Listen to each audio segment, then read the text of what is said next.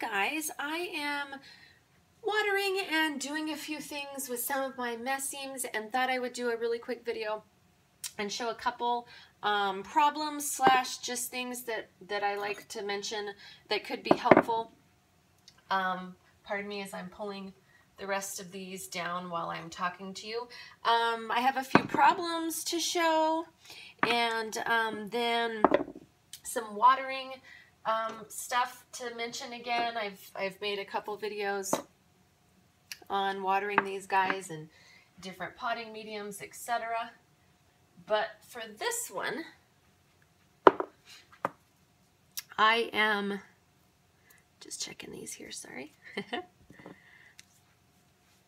If you have not seen my video on pumice and how fast it evaporates and the different potting mixes that I posted up a couple days ago, go check that out because it'll make a lot more sense what I'm saying here in relation to their watering if you do that.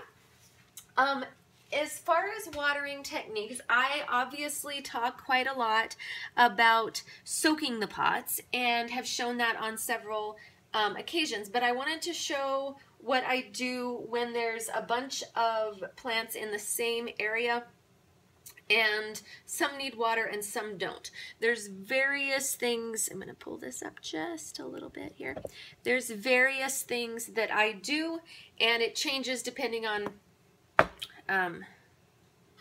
what is happening. So ideally with Lithops, Conophytums, any kind of mesem, the best possible solution, I'm sorry, I'm going to walk over here, I forgot one pot that I wanted to show you. The best possible solution for keeping them all happy is to group by variety and also by size, or age is a better gauge. These guys are obviously all this, well, maybe not obviously, these guys are all the same type, and these Lithops are a little bit more water loving than some of my others. There are probably, I think there's over 100 varieties, it may be 300 different varieties of Lithop, and I'm not talking about that does include hybrids, but even minus the hybrids, there's just a lot of different Lithops that live in a lot of different climates. Some of them get barely any rain, some of them get more, some of them only get mists, some of them get more heavy draining or heavy drenching rains from time to time. None of them, of course, have a lot, but it does change from variety to variety, and so for me, grouping based on variety or at least based on region where they generally grow is always ideal. However, a lot of times finding the exact variety is almost impossible, especially because Lithops, the exact same variety, can have multiple different markings and colorings in the exact same species. So identifying based on site is extremely hard. And unless you're buying from a really reputable grower that can tell you every single variety, it can get tricky to know. So in lieu of being able to group them all based on variety, this pot is a great example. I got these from a grower all together as a lot and put them all together because they generally are happier that way. However, some of them, like this guy in particular, and there's another one here which I'm going to just go ahead and pull out. I think he's too far gone. We'll see if he's still got some. Yeah, this guy's gone. He's all shriveled. But if I had paid attention and pulled him out sooner, I would have just pulled him out and put him in a pot with some smaller, more water-loving ones that I have, because the rest of these varieties, although I'm not positive on what their names are exactly because they didn't come labeled as anything, these tend to be a lot more sensitive to moisture and a lot more prone to splitting than some of the more orangey, reddish varieties that I've seen. And so what I will do is I will group them together if they're similar size, and size usually indicates age. Kind of, it's a good gauge, but it's not necessarily, because obviously some Lithops just grow to be a lot bigger than others. But For a lot of the more commonly available varieties, the smaller, you can see it compared to my finger here, the kind of fingerprint size. Here's this pot like this size. Usually these are a couple years old. That's kind of a gauge. And so after I get them, I put them together because they like being crowded and having friends. And then I watch them, and the ones that tend to puff up faster, I take note of, and the ones that tend to shrivel and need water faster, I take note of. And it depends on how on top of things I am, how fast I do it, but either 6 months or a year, then I will separate and put the ones that like more water together and the ones that like a little bit less together. Sometimes the varieties get along just great. They grow in similar places.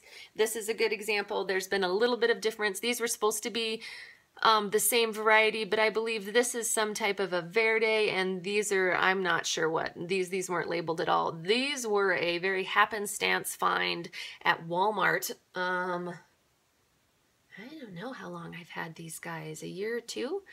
And they were in this tiny little pot about this big, all of these, which they've grown a lot, and it was the only one left, and they did not look very happy, but I was super excited and snagged them up, because usually, at least around here, to find the green ones, we have to order. The ones that are the most common are the ones that are looking more like this.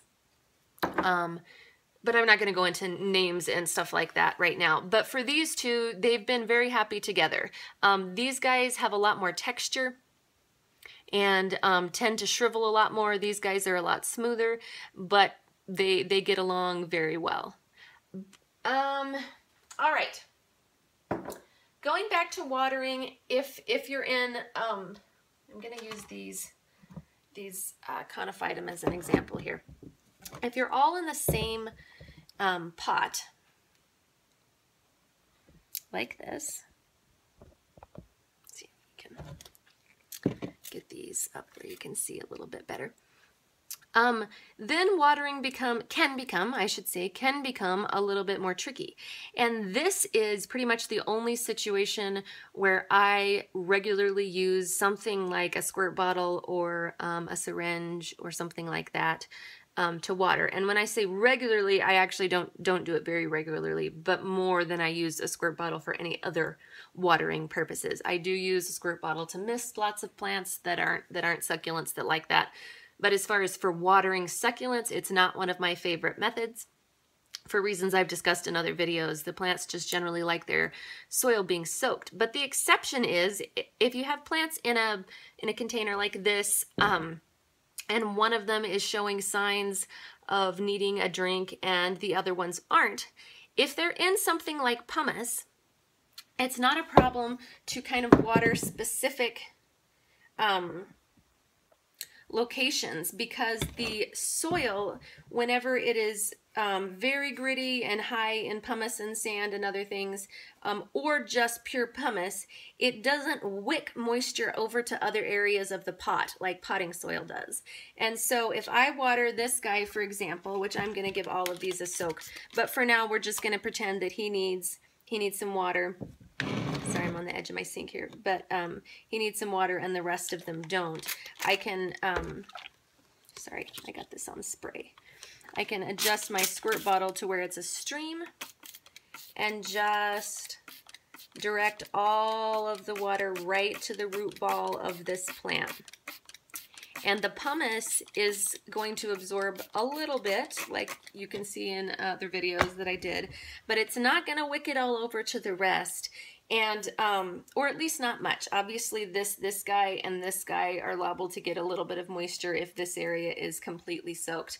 But if you want to know how much it spreads, just have a pot with pumice in it, wet one corner, and then dig around, you know, a pot without plants in it, and dig around and see how far it's spread. And I think you'll be amazed that you can just kind of water as needed with these guys. Now with lithops, they really don't like being by themselves in a pot. So potting, you know, one lithop here, one lithop, oh, sorry, you can't see my fingers. Gotta move this back over. Putting one lithop here, one here, one here, one here, one here, one here, you know, of all different varieties and trying to water them one at a time, they're probably not gonna be super happy because they like company and they like to share rooting hormones and all of that kind of stuff with each other. But if you have some clusters or smaller areas, you know, like these guys, if these were in a bigger pot and there was 3 of one variety and a few of another and a few of another, using a squirt bottle or a syringe is a great way to just give them a quick little drink. I'm going to do another video and show some of these guys up close with a macro lens, because this lens just won't allow me to get up really close and show you the wrinkling and different things as well as I would like to.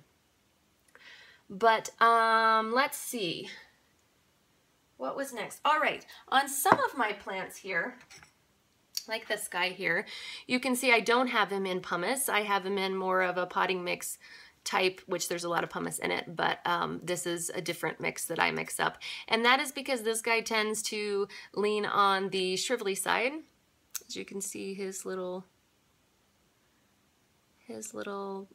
bulbs are shriveling a bit.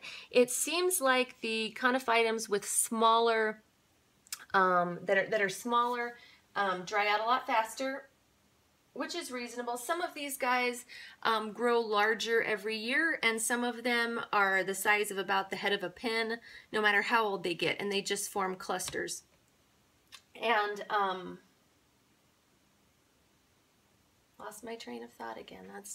That's happening a lot today. I'm just gonna water this guy right quick. But for him, especially with me being as sick as I've been, if I had him in pumice, he would just be dying because I don't water enough, which I water plenty, but I don't water enough if it was in pumice for this guy to survive. So I kind of gauge based on what the plant likes and how much water they tend to want and go from there. Alrighty, I'm gonna pause this video for now and go to a part 2 if I need to and show you some of the rest of this.